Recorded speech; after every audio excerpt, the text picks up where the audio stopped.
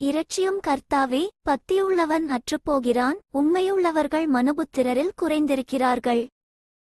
அவரவர் தங்கள் தோழரோடே பொய் பேசுகிறார்கள், இச்சக உதடுகளால் இருமனதாய் பேசுகிறார்கள். இச்சகம் பேசுகிற எல்லா உதடுகளையும் பெருமைகளை பேசுகிற நாவையும் கர்த்தர் அறுத்து போடுவார்.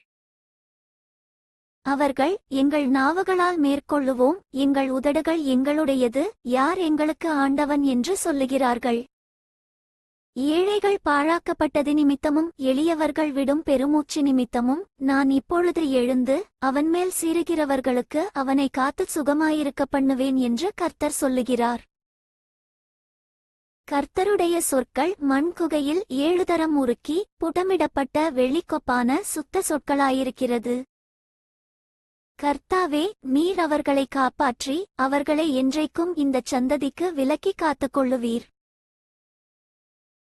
மனுபுத்திரரில் சண்டாளர் உயர்ந்திருக்கும் போது துன்மார்க்கர் எங்கும் சுற்றித் திரிவார்கள்.